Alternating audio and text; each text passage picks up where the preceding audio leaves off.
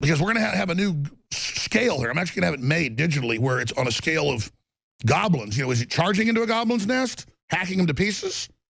Or is it just going, you know, around the goblins? Is it kissing goblins, even though you still stab them, you give them a kiss? Or is it catching them in bed with a goblin? And then the final scale, is Trump going to have babies with a goblin and actually help the New World Order and turn against us like Darth Vader? Is he going to marry a goblin?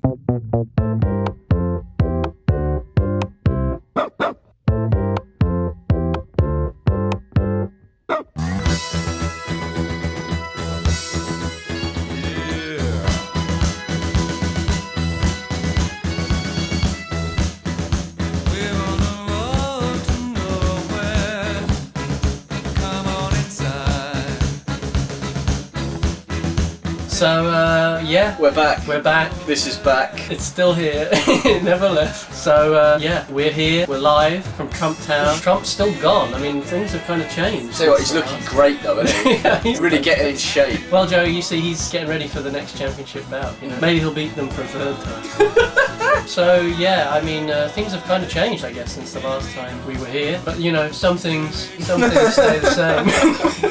I think Trump had just been defeated. Allegedly. Allegedly, yeah. Trump had just had the election stolen by Sleepy Joe, Chairman Biden. And, so, yeah, like, I think we were kind of waiting for when his coup was going to be launched. Did the storming happen? Yeah. I'm pretty sure that came. Like, yeah, of course, because, of course, America, for some reason, being the advanced democracy that it is, decides to just let the guy that lost the election stay in power for a few months. Yeah. They're still waiting for the fucking Pony Express to deliver news to the other side of the country. Because, I mean, they still hammer nails in with guns. Yeah.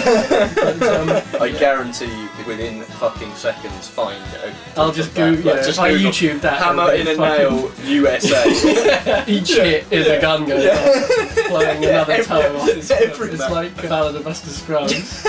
With the fingers popping off. I'll tell you what, man, honestly, like the way he's looking at the moment in those photos of him at Mar-a-Lago, he really looks like he's dying. Oh, he's definitely depressed. I mean, his ego has taken the biggest hit that it's probably ever taken. Yeah, and the fact is he's been completely silent the whole time. He's not got his Twitter account anymore. Good night, sweet prince. It's been a different time in some respects. We've not had to listen to his hideous sort of rantings and ravings. At last, the tyrant has been deposed.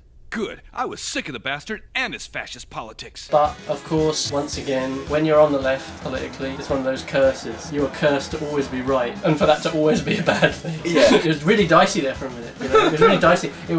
America came this close to becoming fascist, and thankfully they were able to cut that cancer out. Cancel that cancer. And Trump's gone now, and now, because of that, ICE is gone. There's no new detention centres at the, holding pens. Holding centres. Holding Epstein distribution.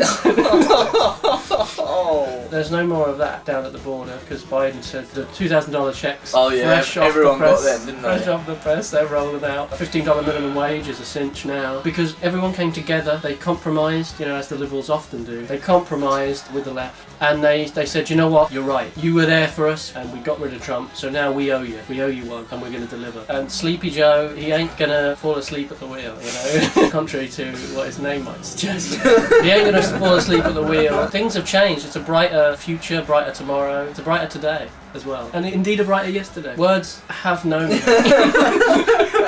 My fellow Americans, as a young boy, I dreamed of being a baseball. But tonight I say we must move forward, not backward, upward, not forward, and always twirling, twirling, twirling towards freedom.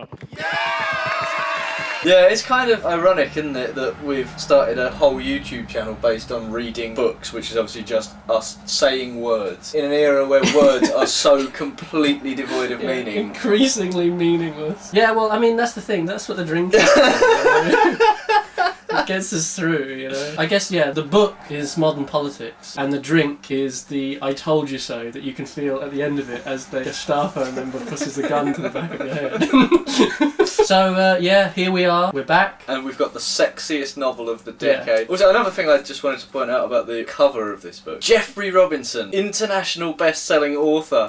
Which is not to say that the book itself is an international bestseller, just the author has previously written an international bestseller. Yeah, but Joe, it was officially ruled the sexiest novel of the decade. Yeah, that is Which true. is, I mean, arguably the sexiest novel ever written. Arguably. I don't know if I've ever read a novel that I would just describe as sexy. Do you know what I mean? So I don't know how I'd Poor rate. man. I don't know how I'd rate other novels compared to this. Do you know what I mean? Yeah, it's a tough one, but you know, that's what we're here for, folks. That's why you tune in. At the end of this series, we will be placing all of the books we've read so far on a sexiness scale, so stay tuned for that. Actually, I would just like to say we've got an incredible guest joining us. Very briefly, he's a wonderful, wonderful guy. He's taken some time out of his very busy schedule, out of his daily weather reports and his secret projects with Netflix to join us. We spoke about how we were hoping for David Lynch's Trump Tower. Well, we've actually got David Lynch on the line right now. He's joining us live from LA to tell us his thoughts and feelings on that comparison. We did directly compare it to a David Lynch movie. We did, yeah. David, how do you feel about us comparing your work to Donald Trump's Trump Tower, sexiest novel of the decade? How does that make you feel? Bullshit. That's how I feel. Total fucking bullshit. Well, to be honest, David, I'd say that's fair enough. Thank you so much for that one, David. Cheers for joining us, and good luck on your next project. Thank you. David Lynch, everybody. You fuckhead. So it's been a long while. We're actually very excited to jump back into this. Joe, are you ready? I don't know if anyone could ever be ready for this, but I will Endeavour to endeavour persevere. Okay then. Here we go. David Cove's pilots, Barry and Gavin, had to fight strong crosswinds landing at fucking hell, I've already... Curacao. Curacao, yeah. I did actually look this up. It's pretty much Curacao. I'm just going to go with Curacao. Okay, if you say it, I'll dub in the correct pronunciation over it. David Cove's pilots, Barry and Gavin, had to fight strong crosswinds landing at Curaçao International. Oh, interesting. That's how it's pronounced. It was very bumpy coming down, and the lawyer, Vasil Zadanov, was visibly upset.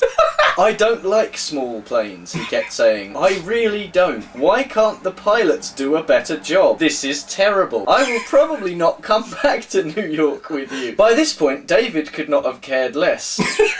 Is this just like a hidden review of the book tucked away in there? This is terrible. This is awful. I never want to see you again. At this point, no one gave a shit. Zadanov was late getting to Teterboro, which meant for David the trip started on a sour note. He wanted to leave when he wanted to leave, and standing around waiting for someone else always annoyed him. Oh, I'd forgotten how poorly this was written.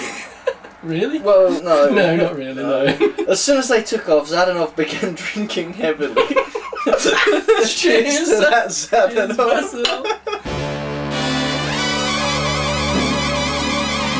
This is just a perfect encapsulation of our experience reading these books. Like we're stuck on a tiny plane being flown really haphazardly and we're just drinking before the inevitable fucking implosion just rips us in half. He complained that the vodka was Grey Goose and not Stolichania. I pronounced that wrong, hang on. Don't worry, I'll dub that in Yeah. too. He complained that the vodka was Grey Goose and not... Stolichnaya. How can you drink French vodka? Vodka is Russian. I only ever drink Stolichnaya. 2 hours into the flight, the man asked Wendy, the stewardess, how much would you want to be... I should have seen that coming. Yeah, I'm gonna be honest, I kinda did. Yeah. How much would you want to be topless right now? Which upset her so much that David had to tell Zadanov, don't talk to her again. If you want anything from the galley, y'all have to fetch it yourself. Y'all have to fetch it, y'all, so...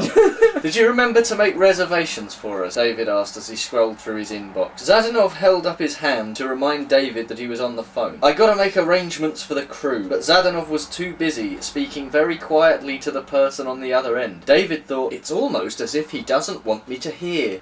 Carson jumped out, thanked the driver, grabbed his overnight bag and rackets from the trunk, slammed the trunk shut and rushed up to Tiffany's door. Carson took his cell and dialed Maurice. I'm here. He waited on the street until a large black woman in her 60s with white hair and half glasses perched on her nose arrived at the door and nodded to the guard to open it. Where have you been? She took his hand and led him to the elevators and up to the second floor. I was in West Virginia. I don't mean now, I mean since you last came to see this old lady. You only lived next door. It's not as if you have to even cross the street. The only black characters in the book live next door to each other. Yeah. And one of them's like a southern mammy. Yeah. It's like Atticus Finch's nanny. I'm seeing you before I even see my wife. Isn't that enough? Nope. Still holding his hand, she led him into a private room with a small table, 2 chairs and a large metal cabinet. And they fuck like rabbits. Got it right here, she said, taking some keys out of her pocket and unlocking the cabinet. But what kind of cabinet was it? Was it Louis XIV? Louis XII? Louis XVI. How did Alicia like the earrings? Loved them. Maurice brought out a Tiffany blue box with a tag attached to it where she'd written Mr. C. Haynes. Inside was a gold and deep pink sapphire necklace. The pink was almost red enough to be a ruby, and a large ring with an equally beautiful stone. Oh, the fucking language in this book is astonishing. Imagine trying to read like a whole novel where there was no punctuation at all. Yeah, it's like an experimental novel. Yeah, it's like that. Oh, Yeah. God. Honestly, it's perfect. It's like function meeting form in the most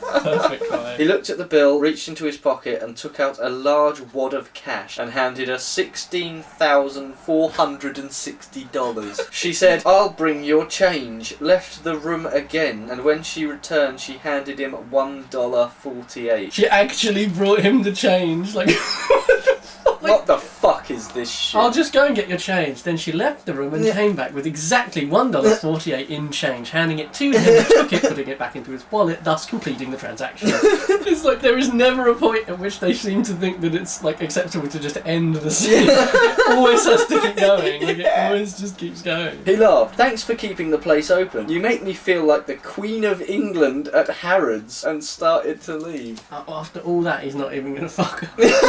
"Where do you think you're going?" Oh, yeah. The door clicks shut. "This place is locked down shut. There's no way you or the Queen of England could get out of here alive without me." Downstairs, she hugged him, said love to Alicia, and the guard let him out. He strolled the few dozen yards along 5th Avenue to 56th Street, turned left, went into the residence lobby and then upstairs. Yeah, they literally never end scenes. No. All of that was completely fucking pointless. What was that? After all of that, he still didn't fuck her. "What the hell do you mean?" David barked at Zhadanov. "What kind of change of plans? My contacts, the men we were supposed to meet tomorrow, they insist that we meet tonight. Jarl said they're businessmen. I thought we were going to someone's office tomorrow morning. They have changed the plans. Pray that they do not change them further." I just want to say as well, don't forget that at this point, Zhadanov is absolutely pissed out of his mind. yeah, he's fucking caned the bottle of vodka, yeah. Starts fucking reminiscing about the Cold War. Starts singing like the fucking Soviet national anthem, firing his fucking gun and Shoots the pilot. David stared at him. Zhadanov hesitated. While Zhadanov went to find a car, David asked Barry, "What's the deal with turnaround and crew rest and all that stuff? This arsehole is screwing with my head." God, it's such natural dialogue, isn't it? I mean, the last time I was stuck on a plane with an ex-KGB drunk spraying the fucking cabin crew with a fucking macaron. This is exactly what I was like. There wasn't a lot of conversation during the ride. Zhadanov tried to make small talk, but David wasn't interested. The driver headed up the beach on dark, empty roads until he came to a sharp turn and stopped, almost in the middle of the road. "This is it," he said. David looked around but couldn't see anything. Where? There were no house lights, there was nothing. "Down there," the driver pointed. Zhadanov opened his window and spotted a small footpath leading to the beach. "This is it. Yes, this is it. I'm not going down there. You tell them to come up." He didn't like the change of plans, and he didn't like the fact that they were in the middle of nowhere. I really hope he gets murdered. I'd love that. A kidnap plot would be pretty funny. Oh, a kidnap plot would be alright. Ransom. Yeah. It'd be like that movie with Kevin Spacey. David tapped the driver on the shoulder. "We're out of here. Back to the airport, pal." Ever have a big problem taking care of your eggs and keeping them from getting squashed or spoiled? Keep them outside. Unless it's summertime. Then you're out of luck, pal. For your health. Wait, Zhadanov reached for his phone. "The man himself will come up to greet you." Trump comes. David looked and saw flashlight beams coming up what appeared to be a steep set of stairs. There were 3 flashlights, getting closer but very slowly. "Thank you," Zhadanov said loudly. "Don Pepe." "Don Pepe, thank you so much for coming to greet us." The 3 light beams were at the top of the steps now. Zhadanov hugged the dark shadow of a small man. David Lynch is Trump now. The dark shadow of a small man. David raised his hands to show everyone that the light was in his eyes, and when the men moved the beams down to his chest, he found himself standing face to face with a small man in his late 70s or early 80s. This is Senor Ferrero, Zadanov said. Please, Ferrero extended his hand with a smile. My friends call me Pepe. Don Pepe Ferrero. Oh, Ambassador, you smile. The man had white hair, a pleasant face with a nice smile and warm eyes. Oh, like Santa. Yeah, like a cartel Santa. But then, David noticed, he was leaning on a crutch. And when David looked down, he saw that this man only had one leg. David didn't know what he was expecting, but a nice old man with one leg wasn't it. Has our good friend Vasil explained what it is we want? He said you were looking to put some serious money through my business. In a nutshell, yes. But David tried to say this gently. Seeing as how you're all from Colombia, drug money, Ferrero cut in. We understand your concern, but then look at Juan Felipe and Javier and look at me. Do you see Pablo Escobar? We are businessmen, Ferrero went on, who have access to large amounts of money in the United States. Drug money? David blurted out. Tax evasion, Ferrero claimed. There is a large market in brokering dollars and Colombian pesos, and although Juan Felipe is a travel agent by profession, and Javier is a Julia, and I am a Julia? Julia!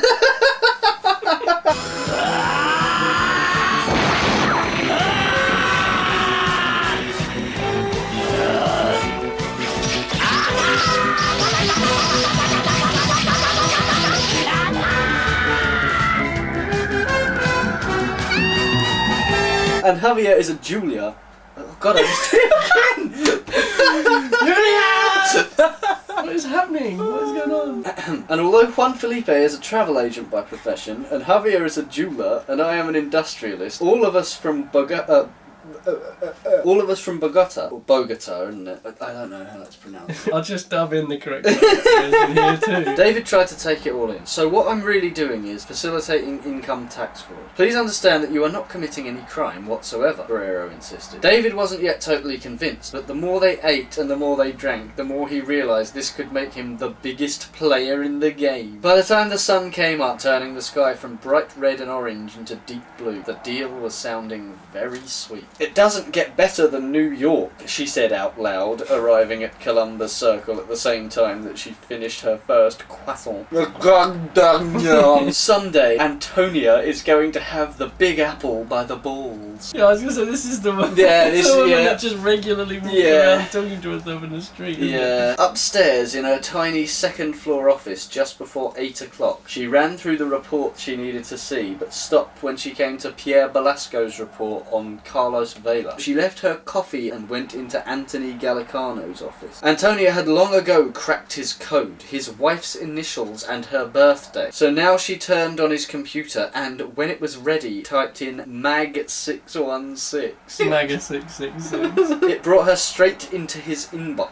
Running down his list of unread emails, she saw nothing of any consequence, but there were several emails in the draft box, and one of them was a memo to Trump himself. The subject was Carlos Vela. The memo was very brief. Concerning the employee in question, Carlos Vela, Velasco reports there is insufficient evidence for dismissal. The resident is adamant. Your call. She didn't know why it hadn't been sent. Maybe Gallicano was waiting to attach something. In any case, she erased the first two letters of the word insufficient. Then she pushed send. Espionage. Yeah. She then searched through the other emails in the sent file and noticed one from Gallicano to all department heads. It said that the Broadway actor Tommy Seasons was to be considered persona non grata throughout the group properties. Antonia read it and saw that Tommy Seasons had been involved with Cindy Benson. Ha! She said out loud, forwarded the report to herself, not to her office email address, but to her secret JerseyHot1983@gmail.com account.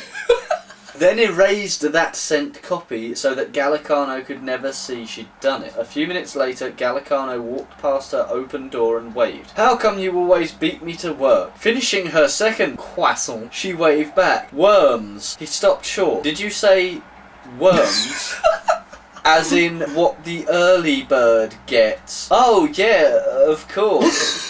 Any good worms this morning? She raised her paper cup and toasted him with the rest of her coffee. A couple. Did you say worm? What the fuck are you talking about? Carson was up at his usual hour, but when he came out of the bathroom and started looking for his gym clothes, he noticed that Alicia was also awake. Do I really want a coffee table book to be my first book? That's what you're losing sleep about? Yes. Why? Because it's a coffee table book. Incredibly lifelike and vivid. Somewhere in my mind I saw myself one day writing a book about, I don't know, women in broadcasting or glass ceilings in the media. Something more substantial than a coffee table book. He stared at her sitting there wearing nothing, with the sheet half covering her and the other half falling onto the floor. I'm thinking of writing a book too. What about? The substantial adventures of Cuban-American girl journalist turned TV anchor and black boy tennis player turned whiz kid on a balcony at the Hermitage Hotel in Monte Carlo during the Grand Prix. That was just an excuse to be able to call him a black boy. I mean, I love that. She's like, God, I wish I could write something about, the way that women are treated in the media. Yeah. As she sat there wearing nothing at all, with the bedclothes sexily over her nude body. She raised her eyebrows. Whiz kid. He made a sound like race cars speeding by. We should return to that balcony every year. Make it our annual pilgrimage, like lords. Lords? Don't push your luck, whiz kid. Luck? What luck? That was skill. That's why it was so very amusing. I beg your pardon? So very amusing? If I remember correctly, you were so very amused several times. Well, she smiled as if she was remembering it. Maybe you did amuse me. Only maybe. Like, every line is the same. One of them says something, and then the other one says it again as a question, and then the other person then repeats back to them. It's like literally, he's like lords. She's like, lords? Don't push your luck. Luck? What luck? It was very amusing. Very amusing? If I remember correctly, you were very amused. Well, maybe you did amuse me. Maybe. Like, literally, every single line is the same line. Let's see how many times more they can do it. Getting to the office later than usual, Carson winked at Rod Laver, then winked at Alicia, and then breakfast arrived. He paid the delivery kid for the papaya juice and buttered bialy. It's this scene again. We've had this scene. His first thought was that he should leave Tuesday night, because that would give him a day to recover from the 14-hour flight. But then he checked his calendar and realised he'd forgotten the Clinton Foundation's New York Loves, written with a heart, Haiti party at the Metropolitan Museum. I fucking really want the Clintons to be in this. I hope they turn out to be the killers. It would be absolutely incredible if, like, Ghislaine Maxwell and Jeffrey Epstein fucking Oh, fuck me. That would be amazing. We need, like, a sweepstakes type We thing, need a like sweepstakes. bingo card. Yes, I think there needs to be, like, consequences as well. I feel like if Epstein turns up, Yeah. we have to drink bleach or something. You know what I mean? So he booked himself a first-class ticket on the flight that left JFK at 11:35 Wednesday morning, which would bring him into Tokyo at 3:35 Thursday afternoon, local time. We look forward to seeing you again, Miss Satori said. Have a good flight. Thank you, he said, then remembered. One other thing. When I arrive on Thursday, I need to meet with a Feng Shui expert. Can you set up an appointment at the hotel for me, please? Feng Shui? Yes, Feng Shui, she said, is Chinese. Ah, oh. Okay, but surely there must be someone in Tokyo. In Japan we have Kaso. Kaso? That's the same as Feng Shui? Very similar. Ka is house and so is something like phase or season. Then there is also Fusi. What's that? It means wind and water. How about one of each? Like, what the fuck is any of this? This is apparently not only like the sexiest novel of the decade, but we've got like a potential cult, we've got like potential murders and stuff. There's supposed to be like a murder mystery somewhere in all of this. If you just squint hard enough, you might make it out. Why are we wasting time? Oh my god. Donald's been watching anime. Carson picked up the words Ohayo gozaimasu at the beginning of the call. It's the traditional way of saying good morning. And the word sayonara at the end of the call, which of course is the traditional way of saying goodbye. For fuck's sake. Donald's actually a really big fan of Naruto. He fucking picks up the words hello and goodbye. Which, you see, remember, you wouldn't know those words, but he stays in Japan quite a lot. So obviously over the decades he's picked up hello and goodbye. Yeah. What's the traditional Japanese way of saying congratulations? Masumi assured him, Mazel Tov. What's the traditional Japanese way of saying congratulations? Well, you just say congratulations in Japanese. You say the Japanese word. Congratulations. Fucking dickhead. You say, kick them through a wall. See, I've watched anime too. Yeah. Okay, it's just a coffee table book, Alicia kept telling herself as she flicked through the links she'd bookmarked on L. Arthur Farmer and that religious sect. The NBC database had some fascinating stuff on these finfolkmen, and she also found several references to the senator in Michigan. Then she saw he'd died in 1984. Undaunted, she located the number for Farmer's business in Saginaw. A switchboard operator answered. Alicia tried, "Mr. Farmer's office, please." The operator said, "No one here by that name," and hung up. That's when she got a call from Sandy Bridgman at Knightley. "Alicia, I need to see you. Come on down." Right off. They chatted briefly, she hugged him, then came running back to her desk upstairs to call Carson. "Hi there. Guess what? What? You'll never guess. You've signed as a free agent with the Heat to play point guard. Better than that. How about a call from Sandy Bridgman?" "Who's that?" It just sounds like a fucking euphemism, like some sort of innuendo, doesn't it? Sandy Bridgman. How much to charge for a Sandy Bridgman? "Who's that?" "The man who decides." "Decides what?" "That it's official. I'm on the short list." "That's great," he said. "Not so fast. There are 2 other candidates." "Come on, you're a shoo-in," he reminded her. 2 white guys and a great-looking minority girl with perfect boobs. No contest. That's the Trump school of diversity. Yeah, bias. exactly. At one point that night, Zhdanov changed his mind, saying that he would come back to New York with David. But because David didn't like that, he lied to Zhdanov that the pilots were expecting a lot of turbulence. As the sun was coming up, the bunch of them moved from the living room onto the deck to watch the sea change from dark blue to turquoise, at which time a very drunk David magnanimously invited all of the others to come back to New York with him. David regretted the invitation immediately. They're gonna fucking hang him out the fucking fucking Scarface. Donald, don't you ever fuck Juan Felipe started singing "New York, New York" off key on the street. Frank comes in, punches Pepe Ferreira. "What happened to you?" Tina asked. "Fucking Colombian." "They are, or you were?" He thought about that for a moment. "Huh?" Then he got it. "Oh yeah, I mean, no, they are. Colombians? Yeah. David, what are you doing?" Why do they have with to keep doing that? Like, everyone just misunderstands Exactly, everyone else. And has to, like, it's we've had like 3 are you major conversations. fucking joking? Yeah, and every one of them has essentially followed the same Yeah. pattern. Someone says something, what? the other person goes, "What the fuck are you talking about?" And the other person goes, "Huh?" And then the other person says a thing, and then the original person who said the first thing goes, "What the fuck are you talking about?" And then they just repeat the cycle all over again. "David, it's fucking cocaine." "No, Tina, it's fucking tax evasion."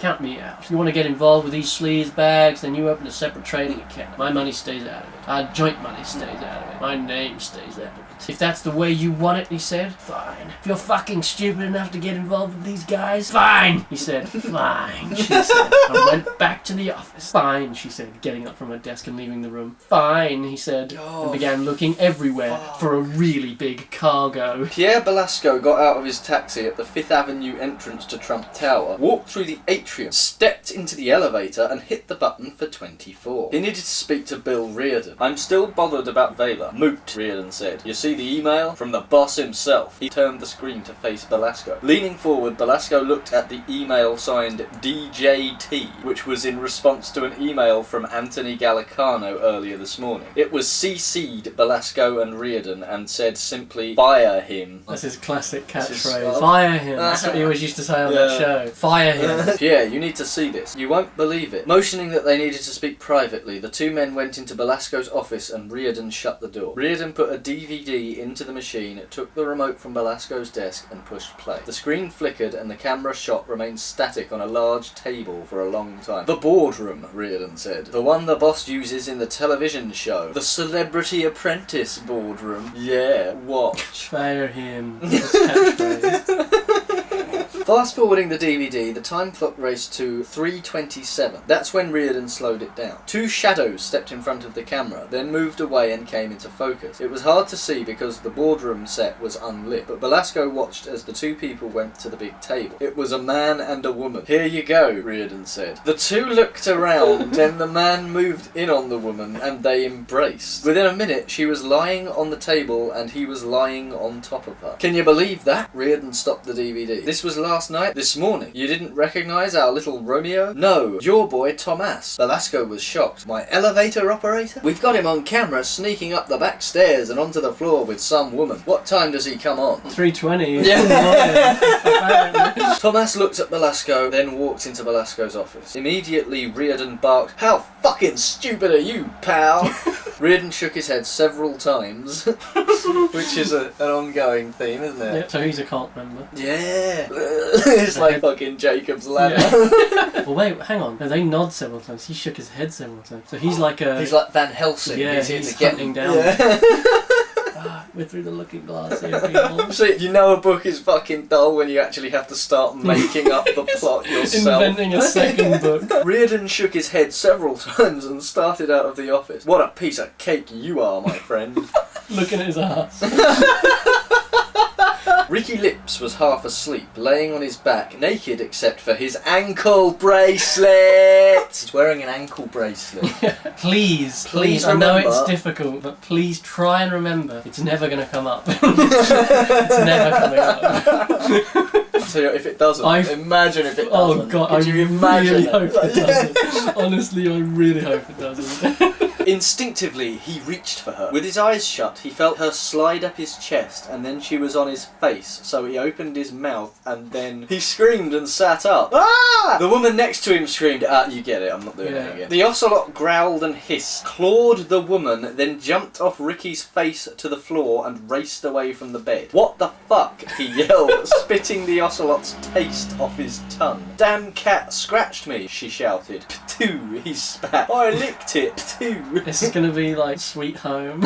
Everyone starts getting infected in the building and they all start turning into fucking monsters. That'd be really good. 대통령이 죽은 거야? 나 저 양반 뽑았는데 나 진짜 그래도 구하러 오겠죠. 귓구멍이 막혔냐 이씨. 나 존댓다잖아.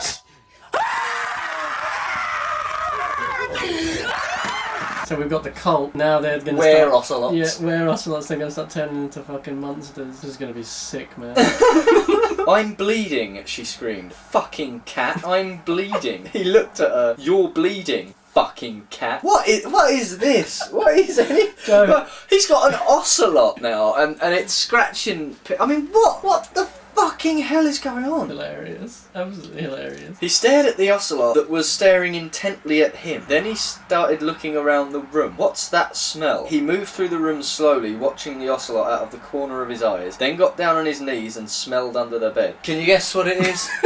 Anyone, place your bets, people. Let's have a think, shall we? God, what could it possibly be? Fuck me. The fucking cat shit under my bed. 100% of the people watching, congratulations, you won the bet. Yeah. And, you know, if there was anyone out there just hoping it was going to be a corpse and that something was actually going to start happening, all I can say is I'm very, very sorry. I accept your apology. Fuck you, Ricky. The woman got out of bed nude. Ricky looked at her and nodded his approval. Every time, like, a woman is naked, Yeah. a man looks at them Yeah. and approves of their nudity. Every fucking time. Fuck you, Ricky. The woman got out of bed nude, picked up a pillow to toss at the ocelot, then decided to toss it at Ricky. Toss a lot. So toss a lot. Revolver toss a lot. Did you know that it was the French who first thought of using electrical shocks as a means of torture? Fuck you, Ricky screamed at the ocelot. You're supposed to shit in that fucking cat litter box we bought for you. He took the pillow the woman had thrown at him and threw it at the ocelot. This is so fucking funny, man. This is cracking. I'm loving this. Joey didn't move, but the woman next to him opened her eyes, spotted Ricky standing there naked, and screamed. Oi! Ricky shoved Joey. Now Joey sat up and saw his father there. What the fuck? The woman next to him continued screaming. Go put some clothes on, Joey ordered. You're scaring me bird. Oh yeah! Ricky looked down at himself, then at the woman next to Joey. Sorry, love. Little Ricky here. He pointed to his crotch. We didn't mean to frighten you. Get dressed. Joey shoved his father. Ricky stepped into a pair of shorts. Ricky stepped into a pile of shit. Hey, Ricky! Bugs appeared. Ricky stared at him. Bugs just appear. Bugs everywhere. Ricky inspected the naked woman next to Bugs. I'm just saying that. What? Did he nod approvingly? Not yet, but I'm sure he will. there's time. The night is young. Surely not. Yep, end of chapter apparently. Christ! There are more questions than answers. There are stranger things between heaven and earth. I don't know if we've mentioned this yet, but it's so difficult to get through this book. Yeah, I don't know if we've mentioned it maybe once or twice. This book's fucking shit. I fucking hate this. Carson was desperate to find the missing 9%. Oh, thank fuck, we're back to Carson. Yeah. Where are you looking? Obviously, I started in Japan, but some of it could be anywhere. Hong Kong, Singapore, Malaysia, maybe in the States, maybe in Europe. You're looking for a single needle in a field of haystacks. Instead of trying to find the needle, try hiding one and see what the haystacks have to say. Getting a little bit muddled in your mouth. Carson stared at his partner for several seconds, then began to smile. Exit strategies. Great minds really do think alike, Arcaro said, and left Carson to get on the hunt. Exit strategies was the invention of Milt McKeever, who, like Carson, was also a Goldman Sachs refugee. McKeever's aim was to compete on a small scale with Goldman's Sigma X, Ligma a hidden from public view market for trading very large blocks of shares in one go. They are officially known as dark pools of liquidity.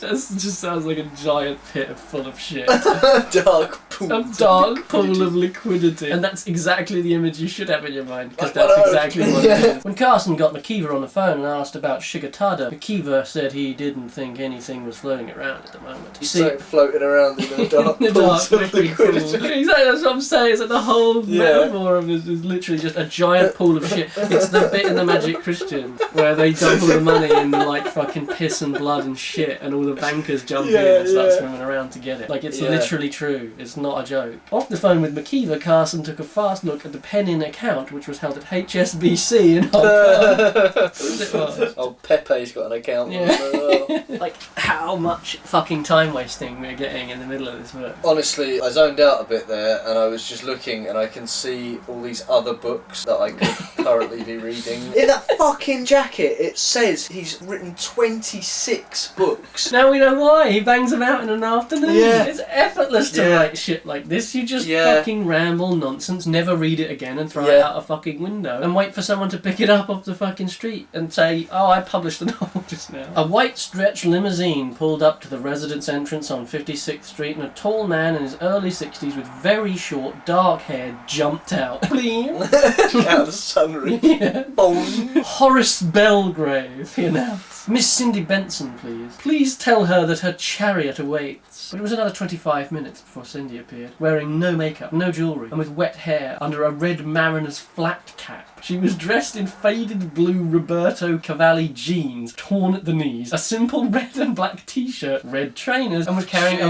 really big red canvas shoulder bag with the words "dirt cheap" in black on the side. Usually those sorts of descriptions are reserved for the first time you meet somebody, but now we're getting to the point where every time we reintroduce and we get every costume change, we just run through it all over again. I guess. She clasped his hands in hers. Thank you for doing this for me. But something in his eyes had changed. Stop thanking me, or we'll both start weeping. Are you weeping, Jay? Yeah, I'm on the verge of tears. Yeah. Same. Oh, I'm fucking bored to fucking tears. Alright. Cartier's original idea was to shoot Cindy in her own apartment. Sounds like a fucking great idea. That's an idea I've been fucking working on too. There was a small lobby where Cindy, Horace, Sienna and one of the security men stepped into a decorated elevator. It was large enough for 4 of them, and also for 2 rococo couches that were there in case someone wanted to sit. Giancarlo and Inez still looked pretty much the same, but she had to admit that Gennaro looked much older. Nothing's changed, Cindy lied. Oh, what restraint. The floor was loft-style, wide open, decorated impeccably with museum-quality signed deco furniture and major 20th century American art. There was Picasso, Rothko, Rauschenberg, Liechtenstein, Warhol, Francis Bacon, and the most recent addition to the collection, a huge Jasper Johns American flag, which de Maisonneuve bought himself at Christie's, paying a record price of $30.9 million. In the middle of this empty space, Gennaro had placed an original signed Émile Jacques Rouman chair, once part of Yves Saint Laurent's personal Art Deco collection, for which Mazeneuve had also paid a record auction price of $393,000 and lit it. Next, Elaine escorted over a bunch of other people to meet Cindy. 5 young men and 4 young women, who were introduced as being from the ad agency. They were eating and holding wine glasses while they shook hands with her. She smiled politely as they gushed on about how glad they were that she'd agreed to do this. One of the young men pointed to the set. That's all. Not surprisingly, most of these young men and some of those women started making suggestions. Maybe a plant. How about a bottle of champagne on the floor? Why don't we wait until sundown and backlight her with the sunset in the river? Why don't we kill all of you and pile your corpses up? When I fucking scalp you, wear your fucking face. Sienna announced, I think we're ready. Gennaro agreed and turned on the lights. Cindy, where are you? Inez and Giancarlo brought Cindy onto the set. Gennaro pointed, in front of the chair, please. Pearls, Gennaro called out. She lifted the pearls out very carefully, placed them around her neck. Horace motioned to Karen and the bodyguard that they should stand at the back of the room. He invited the second guard to stand there too. Then he asked Elaine and the 2 housekeepers to move there as well. He could have just asked everyone to move there, yeah. Oh, moved here, and then he went there, and then he scratched his ass while he was doing it. Gennaro pointed to Cindy. If you please. She dropped the robe. Except for the pearls, she was completely nude. Cindy wet her lips, crossed her legs, covered her breasts, and said, ready. Horace pushed the button. Madonna blasted through the room, singing Like a Virgin, and Gennaro ran off picture after picture. This is just a barren fucking wasteland. Barren?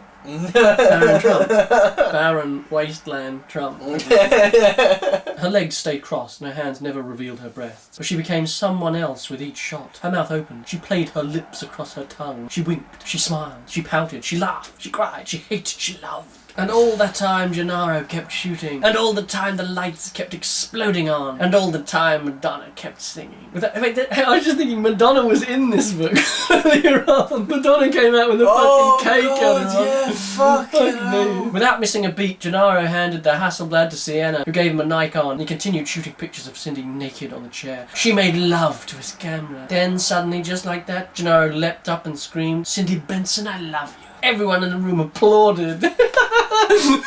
Cindy jumped up and hugged Gennaro, then hugged Inez and Giancarlo and Sienna, and finally, naked except for the string of pearls, she hugged Horace. I love you. The magic is still there. His eyes filled up with tears. It's still there. It's still there. Jesus fucking Christ. This is incredible stuff. Downstairs, Cindy took a fast shower to get rid of the makeup and stepped back into her street clothes. Did she have a bath and a shower? Cindy kissed Sienna, grabbed her big red dirt cheap bag, threw her wet towel in there and went upstairs. Like, are they actually getting paid for product placement? Because why the fuck else would you specifically mention that it's a big red dirt cheap bag and then say it a second time? Is that a thing though? Product placement in novels? Does that happen?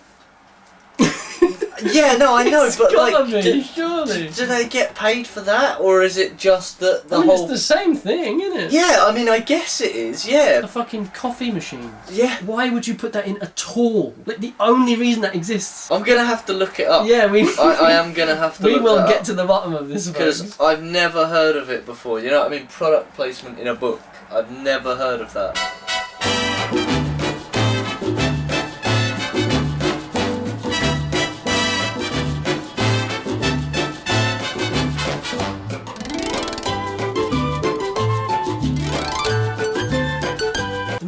The magic, Gennaro clicked through shot by shot. Magic, dickheads, dickheads. Nothing's changed, Cindy said, as they made their way back to the limo. I get naked, everyone has food, and then you all leave the country. They dropped her off first.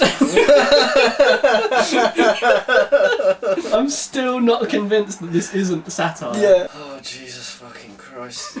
Jesus, man.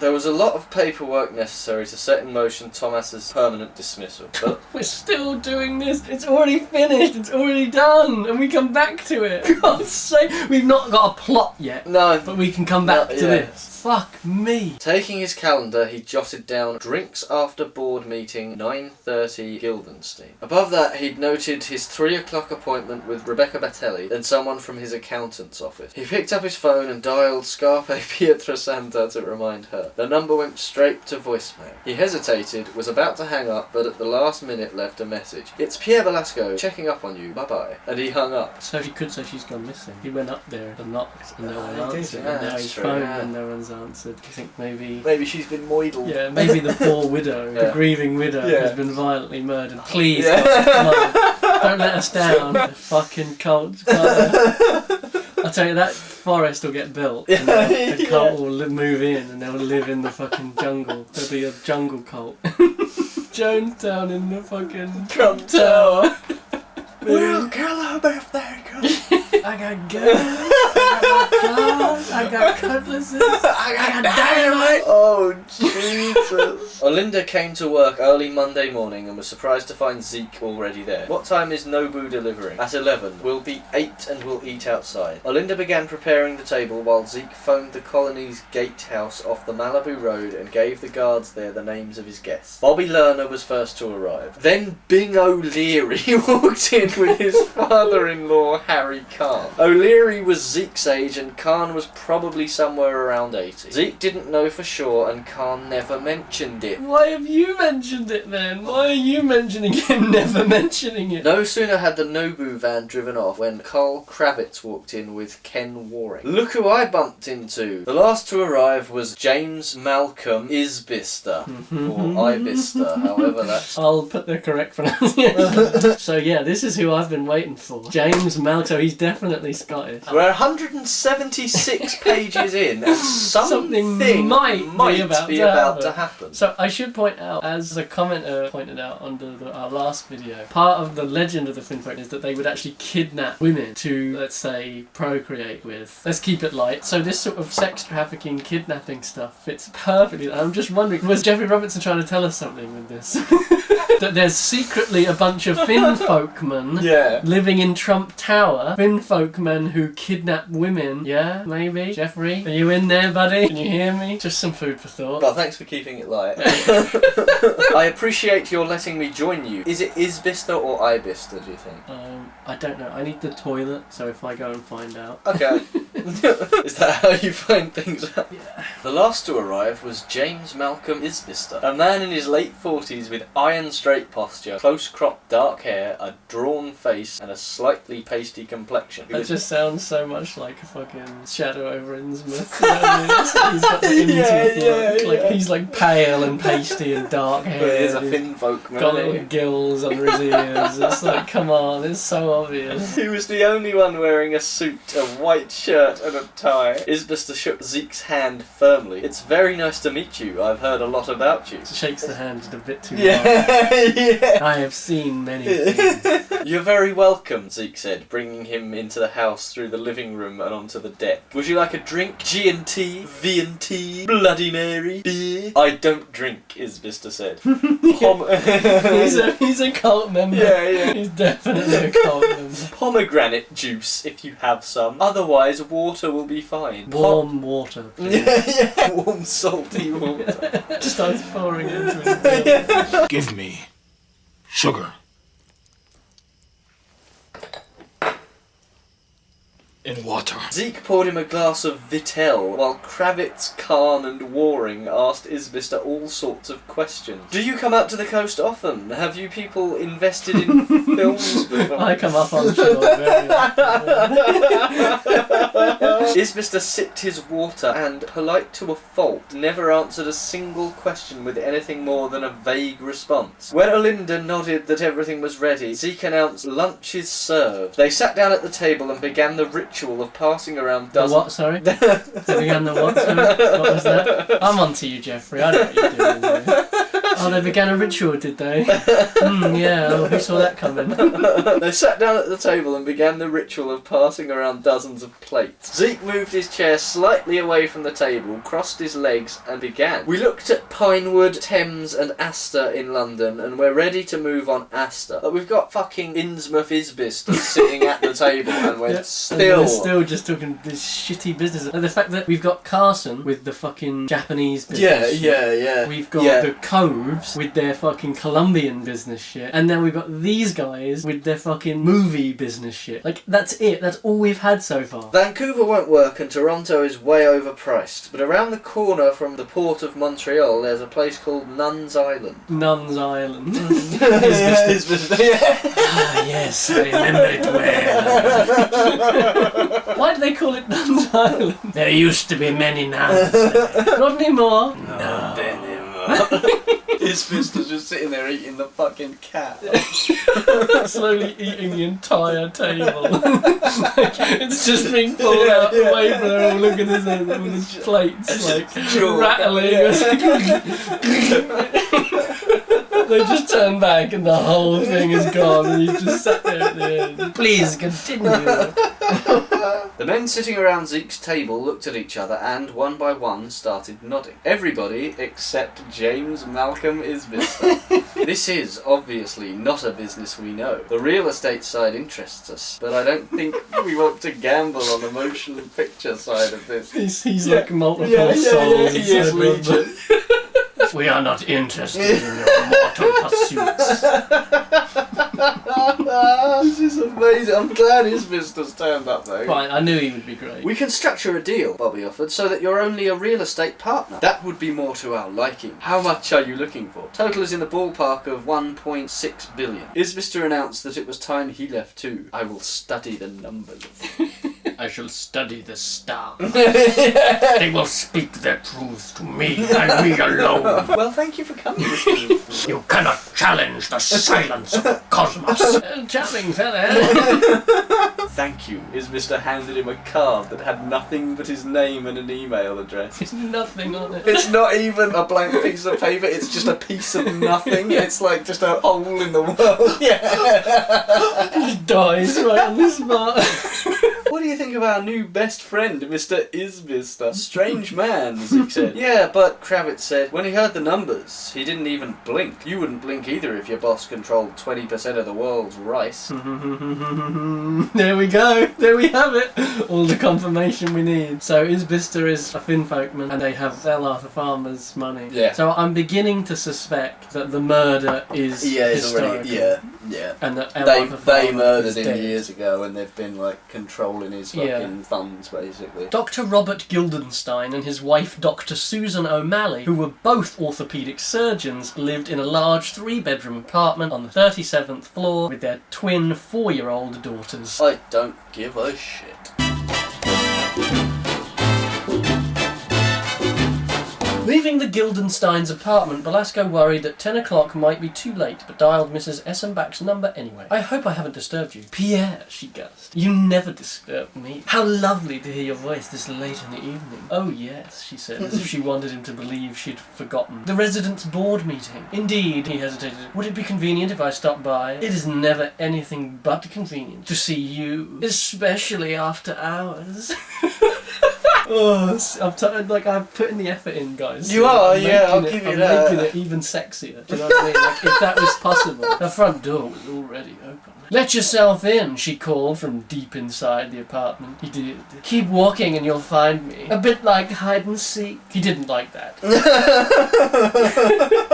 He didn't like that. No one likes that. No one likes that. He found her sprawled out across the couch, wearing a fur dressing gown. Give me the news. She raised her glass and motioned for him to sit down. Tell me that God is in heaven and all is right with the world. The board voted no. Her mood changed instantly. Tell me how this happened. How could you let this happen? I assure you, madame. You already assured me. You assured me that you would see this through for me. Now you've turned your back on me.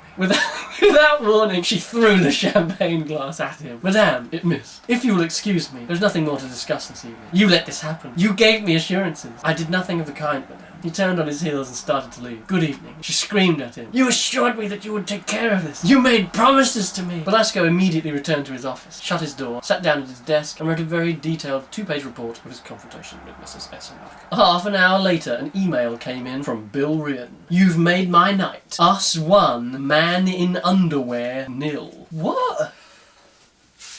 What? Man in underwear? What the fuck does that mean? Maybe Trump. Alicia was in her double-sized heated bathtub, up to her neck in bubbles. Hang on, with her... that wasn't the end of a chapter, was it? Yes. What, man in underwear Yes. nil, that's the end of the chapter? Us 1, man in underwear nil. Oh, I have no idea what the fuck that means. Someone leave a comment, please. Please tell me what the fuck that means. Alicia was in her double-sized heated bathtub, up to her neck in bubbles, with her head on one of the 2 pillows at the end, holding several typed pages high out of the water to keep them dry, when Carson walked in. That form of a sentence there is this book. Yes. Yeah, It's the calling card of Yeah. this book. It's perfect. It's so perfect. It's like the Trump hairpiece of a sentence, you know. I'm working...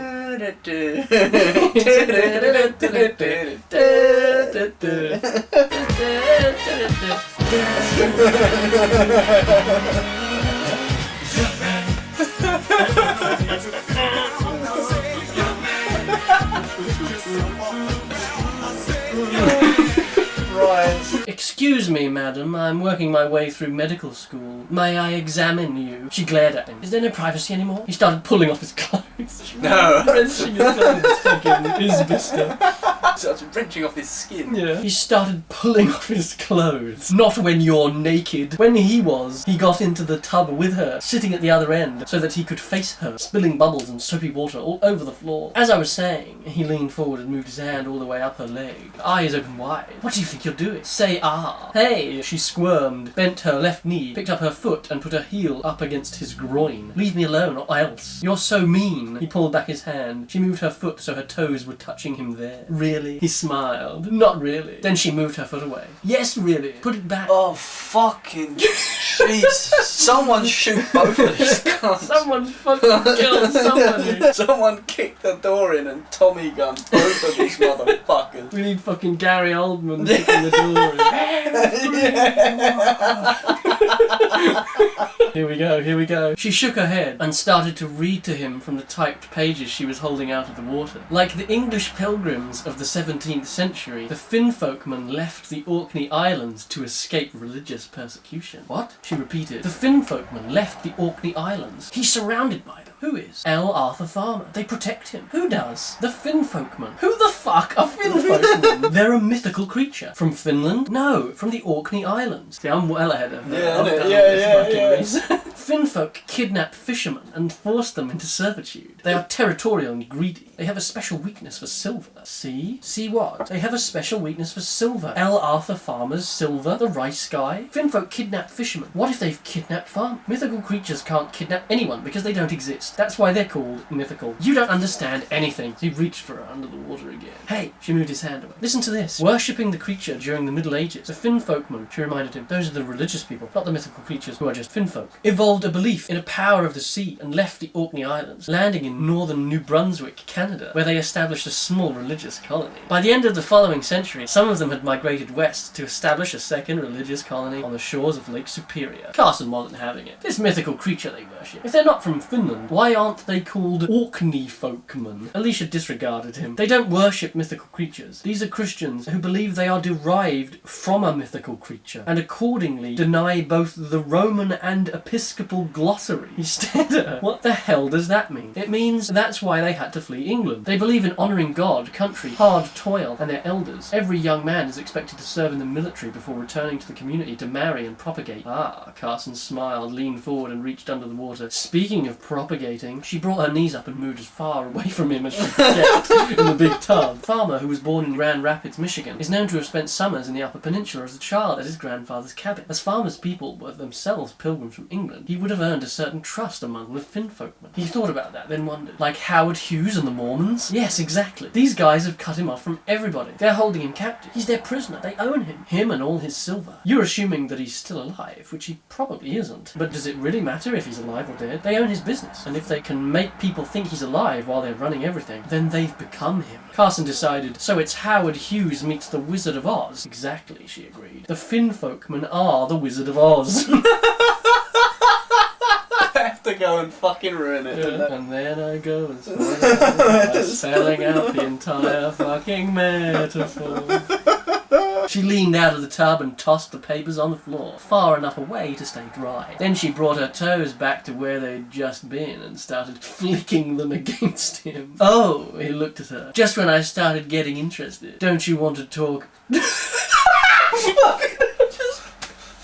I just wrong. Fuck, this is so good. The sexiest novel of the decade. Listen to this. This is so fucking. This is so sexy. Don't you want to talk about Finn Folkman? She moved onto her knees, spilling more water onto the floor, and reached for him.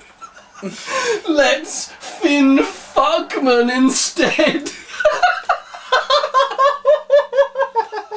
Sexiest fucking novel of the decade. You don't see it. I really have to see that. Let's Finn Folkman instead. Well, fucking hell, we're finally getting somewhere. Yeah. I cannot believe, though, the end of the last session of reading, we were like, is this? Yeah. And it turns out that yes, but it took us a further, fucking 5 hours reading after that point to actually get to it. But we're there. Well, I do just want to say, I've made some pretty good predictions over the course of these books. Particularly in This has got to be it's got the biggest thing that I figured out. Yeah. Like, Just from, like, Isbista. I got it. I fucking Yeah, gotcha. yeah. I fucking figured you Yeah. out, motherfucker. You've been rumbled, Jeffrey. Yeah. You fucking rumbled, Chad. Well, shocking as it is to say, I'm kind of starting to be at least somewhat interested in it. I'm still excited to see where this I am. Yeah. The fact they're actually just openly talking about it now. Isbista has turned up. Yeah. She's full on investigating the Finn photo when she's not Finn Fuckman. What? How can you, like, Finn Fuckman! oh, like, how do you get to, like, that chapter where it's finally something is starting to actually not happen yet, but it's starting to take shape, and you end the chapter with a fucking line like that? Absolutely incredible stuff. That's the best line in the book so far, no question. Finn Fuckman. Let's Finn Fuckman instead. It doesn't even make any sense. So yeah, I mean, there we have it. Complete 100% confirmation of the Orkney, Finn Folkman cult Farmer link. It's completely confirmed. And like you said before, they've killed Farmer years ago. I think it's going to be past murder. Yeah. Although, hopefully, they'll have to kill to cover it up. Exactly. They're now going to start. Keep the conspiracy going. So I reckon it won't. Cult murders. It won't be her because she'll be investigating. Yeah. But it'll be. That's why we've had all the intrinsic links between all the different people. Oh, he might know, and they might know, and she might know. We have to kill everybody. Kill everyone. There's no hope. Drown Middlesex in a vat of wine. Oh, I'm so excited. Yeah. Finn Fuckman indeed. So Q has been proven right once again. Where we go one, we go all. Trust in the plan, folks. Sleepy Joe, we're coming for you.